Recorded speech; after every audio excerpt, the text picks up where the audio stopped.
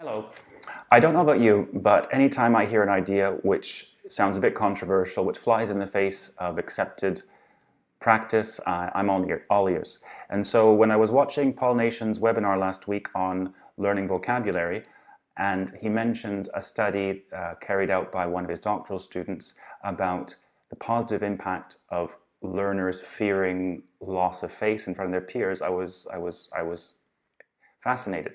So basically, what he talked about was how they had students using flashcards to review old material covered previously in a course, and they were looking at the impact on learner uptake, and they compared the impact of pair learning, where they would test each other using these flashcards, and compared the impact of that practice to giving learners a part of their final mark based on them creating their own flashcards.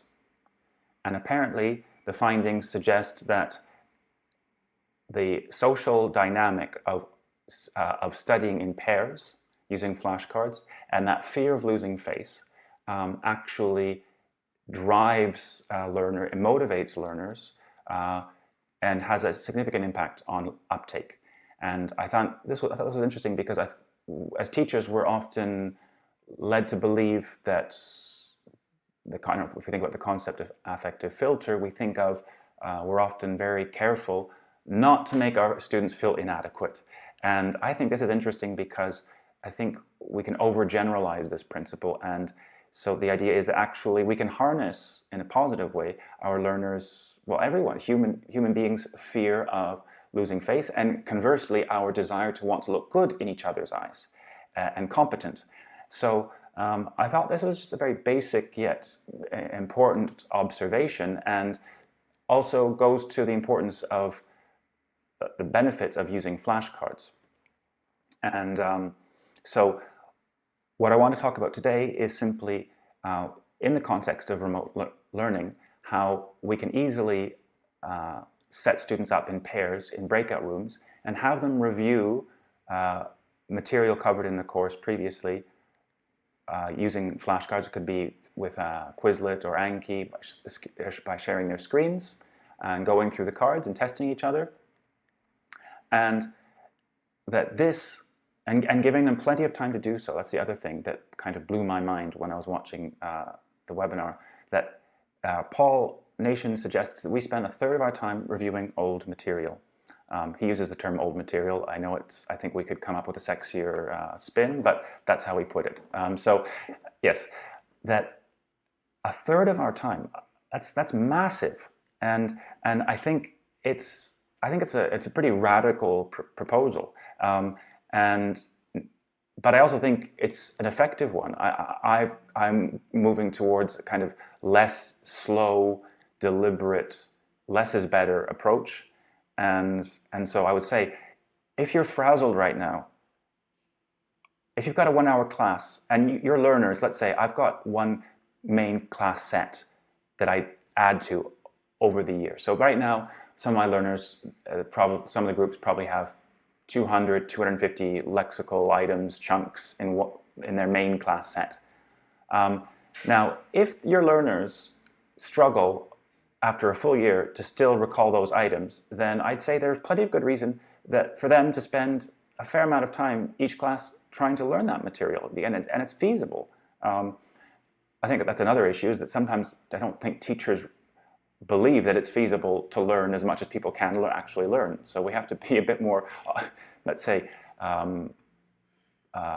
optimistic but realistic about, and I think sometimes we underestimate using flashcards how much more our students can learn.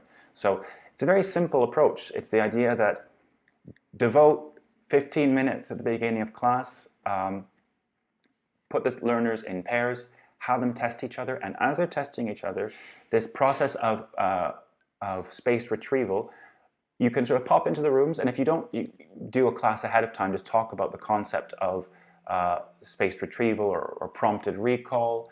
You can spontaneously just see how they test each other. If they're rushing each other, Remind them that recall requires time, so to not rush each other. Also, if one knows the answer and the other doesn't, remind them that they can help each other by giving hints or clues, and that sort of this slow, deliberate process of testing each other will yield benefits. And to this end, I highly recommend looking at Paul's website, and especially one book that he's made available for free download, and it's entitled What You Need to Know to Learn a Foreign Language. And it's also available, it's been translated into Spanish, Turkish, Korean, and Arabic. So you could also give it to learners of those languages in their mother tongue, which I think is fantastic. And I think it's also a good read for us teachers, that we're kind of reorienting all of our CPD towards technology. And I think this kind of very basic text, which just reminds us of the key tenets of good learning practice, is good to sort of keep us becoming too technologically oriented. Just to finish off, so basically give your students plenty of time to review old material in class by sharing each other's screens in breakout rooms, and then let them compete as a class using Quizlet Live. I love Quizlet Live. Those of you who've tried it in class, it's wonderful, the kind of collaborative element. Because that collaborative element is no longer possible in remote learning, the collaborative element is what I've just explained in breakout rooms. It's very basic, almost so basic it's laughable, but I do think we sometimes overlook simple yet effective solutions. So thanks for watching, and do let me know what you think.